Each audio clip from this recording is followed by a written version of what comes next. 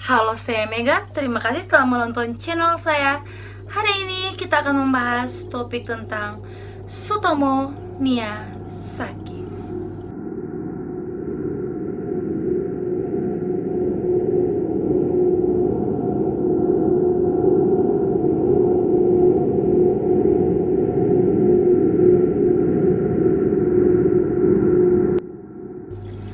Siapa yang tidak tahu dengan julukan otaku? Semua sudah tidak asing dengan julukan untuk para penggila manga dan anime ini. Dan ketika ada yang menyinggung soal otaku, pasti yang muncul di pikiran kita adalah orang culun, pendiam yang biasanya terisolasi dari dunia sosial atau dunia nyata. Tapi tentunya tidak semua penyuka karya grafis dari Jepang seperti itu. Nyatanya di Indonesia sendiri, banyak juga orang-orang keren yang menyukai manga dan anime, walaupun juga banyak yang tidak mau sebut otaku. Tentunya cerita otaku ini awalnya baik-baik saja, tapi ada satu tragedi yang membuat julukan otaku ini mendapat citra yang jelek di mata dunia.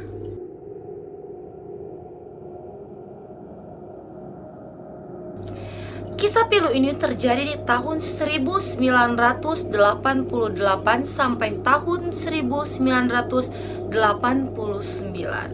Waktu di mana 4 orang gadis kecil terbunuh oleh seorang pria yang bernama Tsutomu Miyazaki, atau yang sering disebut sebagai The Otaku Killer, Dracula Miyazaki, dan The Little Girl Murder. Tsutomu Miyazaki lahir pada 21 Agustus 1962 di Itsukashi, Tokyo. Miyazaki adalah seorang pembunuh, psikopat, pedofilia, pemerkosa, nekrofilia, dan kanibal asal Jepang. Sejak kecil, ia sering membaca komik dan menonton film-film bergenre thriller, mengkoleksi video anime dewasa pada masa remaja, dan video porno ilegal anak di bawah umur. Tsutomu Miyazaki lahir di keluarga kaya. Ayahnya Katsumi Miyazaki adalah pemilik Akikawa Shimbun, harian lokasi dari jaringan koran Itsukashi. Meski nilainya buruk, Miyazaki berhasil memperoleh pendidikan hingga bangku kuliah. Sejatinya, Miyazaki juga mengalami kehidupan kelam sejak masa kanak-kanak karena mengalami cacat pada tangannya. Ia kerap mendapat bulian di masa sekolahnya sehingga ia terbiasa hidup menyendiri. Miyazaki terlahir dalam kondisi prematur.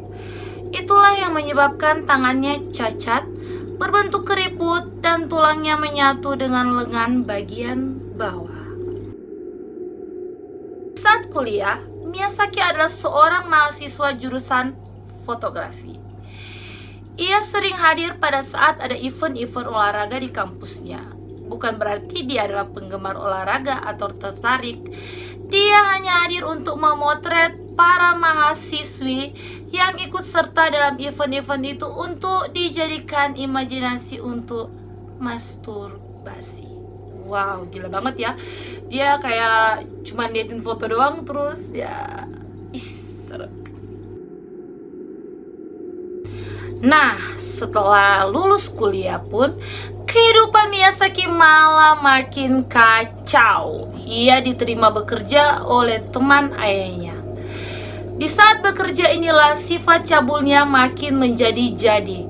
Bahkan saudari kandungnya sendiri pun pernah memergoki Miyazaki mengintip dirinya yang sedang mandi. Tapi ketika ditegur, Miyazaki malah menyerang saudarinya dan ibunya yang sedang mengomelinya. Wah, gila ya, saudaranya sendiri diintipin guys. 3 bulan kemudian, satu hari setelah ulang tahunnya yang ke-26, ia mengendarai Nissan Langley-nya di Saitama, Tokyo, puluhan kilometer dari kampung halamannya. Di saat inilah dia bertemu dengan yang diduga menjadi korban pertamanya, gadis yang bernama Mari Kono. Kono menerima menerima ajakan Miyazaki untuk masuk ke dalam mobilnya dengan iming-iming akan diajak jalan-jalan ke tempat yang bagus.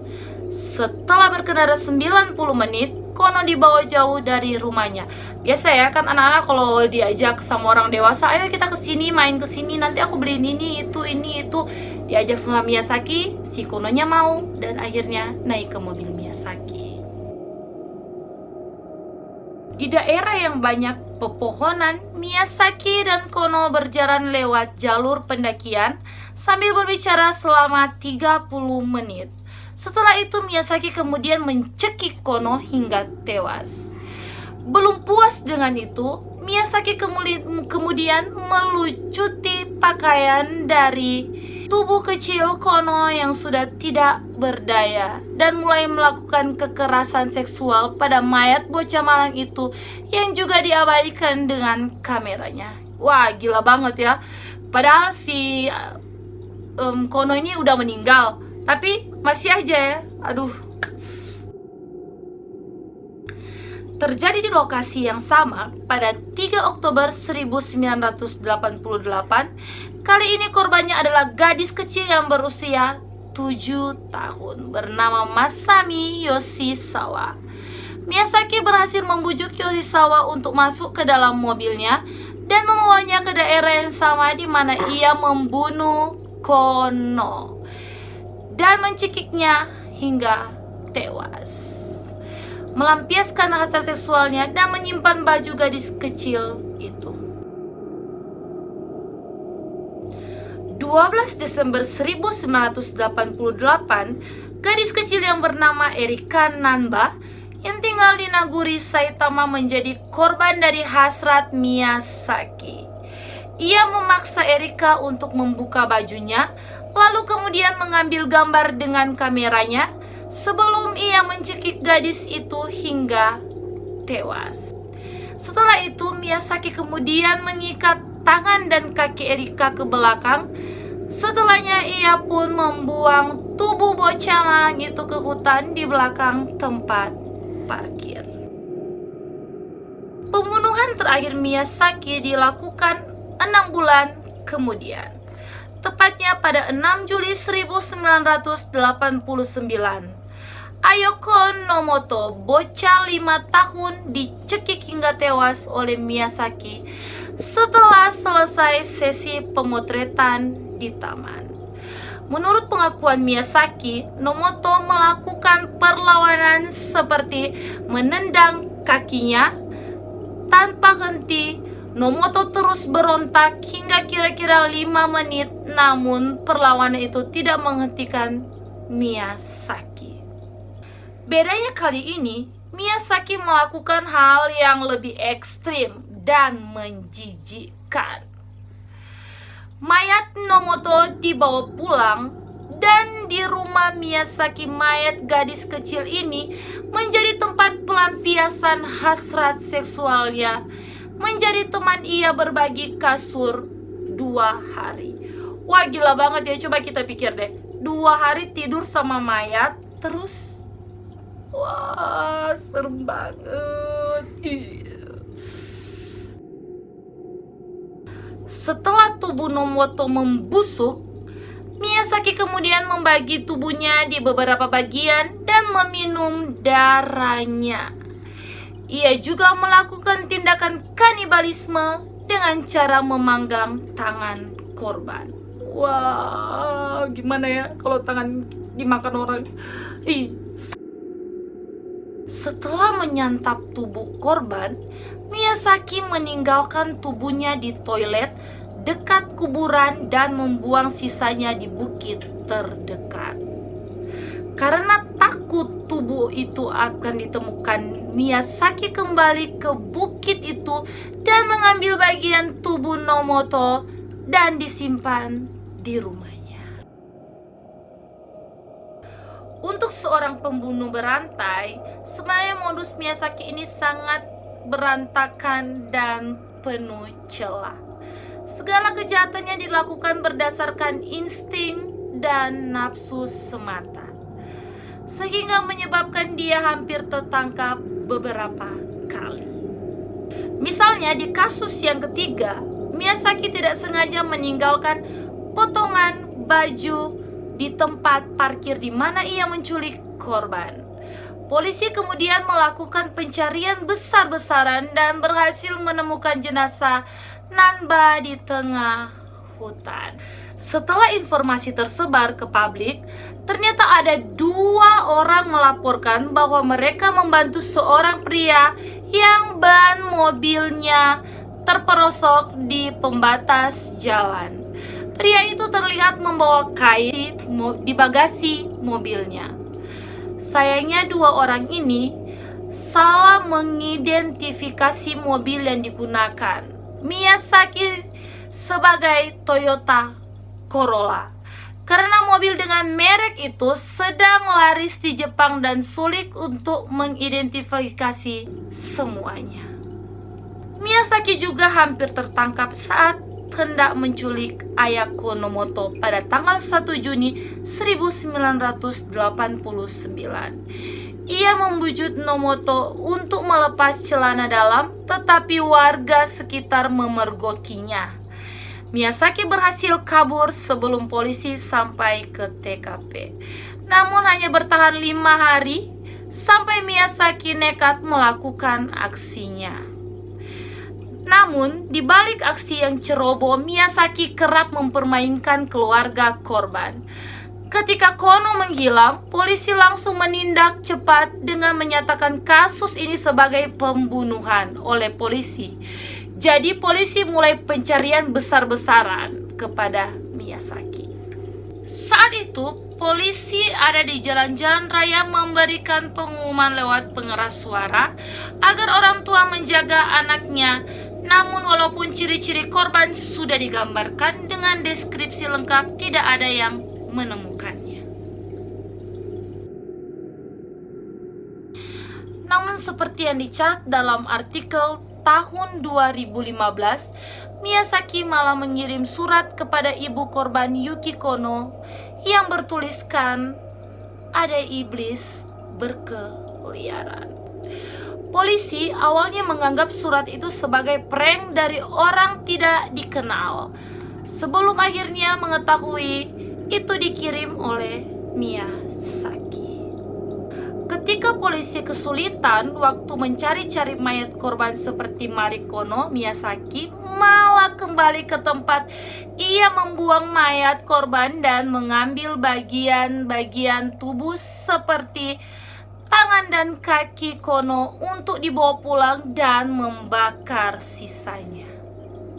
Pada 6 Februari 1999, ia memasukkan Abu Kono bersama dengan gigi dan foto bajunya ke dalam kotak, kemudian mengirim kotak itu ke rumah korban.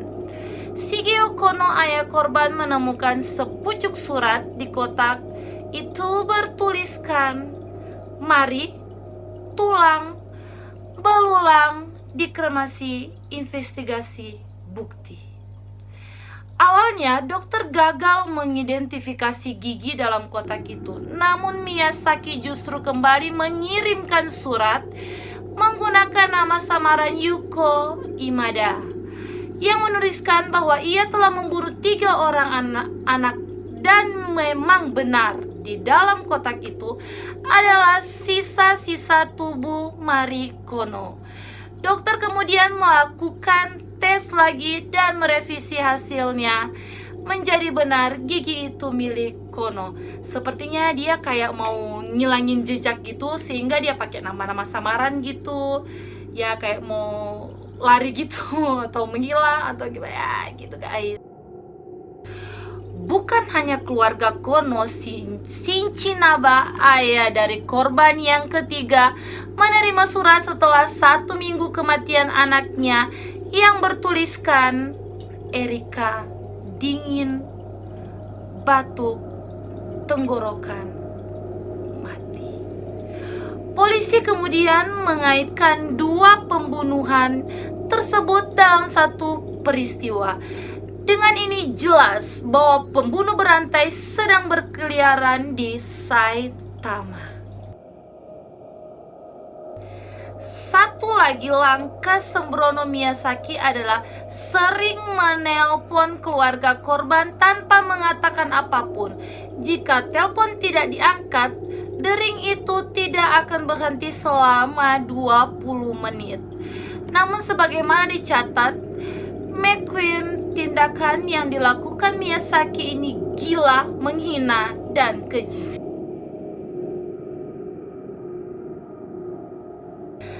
Akibat keteledorannya, akhirnya mengantarkan Miyazaki ke penjara. Pada 23 Juli 1989, Miyazaki menyambangi dua gadis yang sedang bermain di Hachioji yang berjarak 40 km dari pusat kota Tokyo. Bujukan Miyazaki berhasil menggiring satu anak perempuan itu ke bangku belakang mobilnya. Anak gadis itu sudah dalam keadaan telanjang dan sangat ketakutan.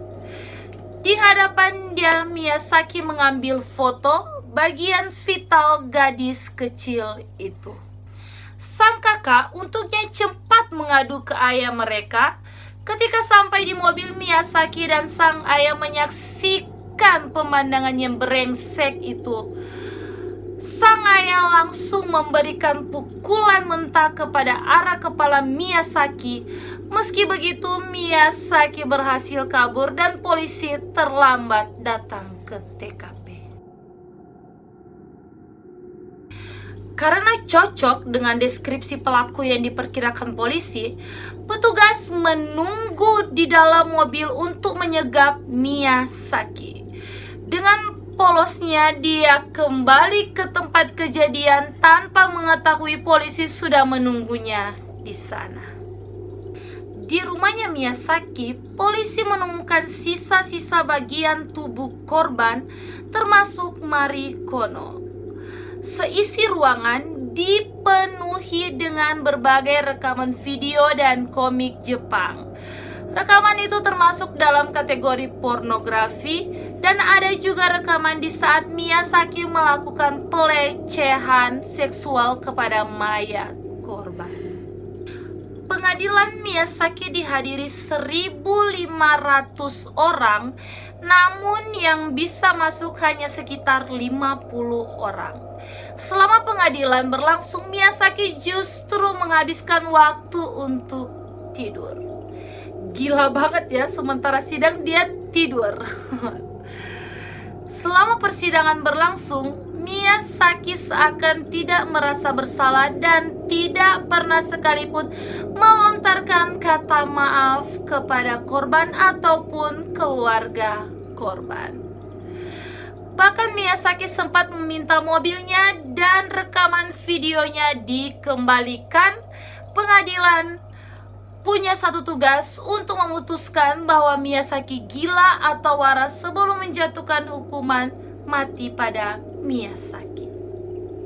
Para psikiater yang memeriksa Miyazaki tak bisa memberi kepastian entah skizofrenia atau kepribadian ganda, entah kepribadian itu muncul di saat pembunuh atau setelah sang pelaku dipenjara. Hakim akhirnya memutuskan kondisi kejiwaan Miyazaki tak cukup untuk membuatnya lolos dari hukuman mati. Meski banyak manga dan video animasi yang berhubungan dengan seks, kanibalisme dan sebagainya, ada dugaan lain terkait motif pembunuhan Miyazaki. Salah satu psikolog yang berhasil memeriksa Miyazaki yaitu Hirokazu Hasegawa. Ia mengaku mendengar Miyazaki mengaku perbuatannya dilakukan oleh sosok lain. Entah apa yang dibayangkan Miyazaki, tapi dia menyebut sosok itu sebagai manusia tikus. Sejak lahir, Miyazaki memang sudah tidak dekat dengan keluarganya. Ia lahir dari hubungan incest atau sedara antara ayah dan kakak perempuan tertuanya. Wah, ayah dan kakak perempuan tertuanya. Wah, Kakak perempuannya juga merasa jijik secara fisik dengan cacat yang diderita Miyazaki. Itulah kenapa Miyazaki lebih sering menghabiskan waktu bersama kakeknya. Salah satunya orang dalam keluarga mereka yang dekat dengan Miyazaki. Setelah penangkapan Miyazaki, ia mengaku hanya ingin didengar keluarganya dan menyalahkan kedua orang tuanya dan mengatakan bahwa ia sudah mencoba untuk membuka diri kepada keluarga. Mendengar pengakuan ini, ayah dari Miyazaki meminta maaf kepada publik tahun 1994. Ia memutuskan untuk bunuh diri dengan melompat ke sungai. Kesian banget, akhirnya ayahnya jadi kayak malu gitu lalu bunuh diri. Miyazaki memakan sedikit abu kremasi kakeknya karena percaya itu akan membangkitkan orang kesayangannya. Abu kremasi dimakan. Wow. 3 bulan setelahnya ia melakukan aksi pembunuhan pertamanya. Salah satu dugaan kematian kakeknya yang mendorong Miyazaki berbuat demikian. Sharon Kinsella dalam artikelnya mencatat bahwa media sejak itu kerap mengasosiasikan otaku sebagai individu berbahaya dan cabul. Hasilnya banyak manga yang disensor dan belum dipublikasikan oleh kepolisian. Hari-hari terakhir Miyazaki dihabiskan dengan bertukar surat dengan Hiroyuki Shinoda, salah satu editor majalah Jepang. Ada 300 surat yang dikirim oleh Miyazaki. Tak satu pun dari surat ini memiliki unsur penyesalan Miyazaki, bahkan mengutuk hakim yang memutuskan hukumannya sebagai seorang idiot. Tak lupa ia juga mengglorifikasi kejahatan-kejahatan masa lalunya dengan mengatakan, tidak ada yang bisa aku katakan kepada korban. Aku justru senang karena sudah melakukan kebaikan.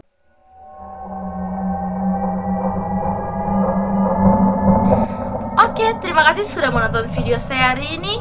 Jangan lupa ya guys, di subscribe, like, komen. Jangan lupa juga nyalakan loncengnya.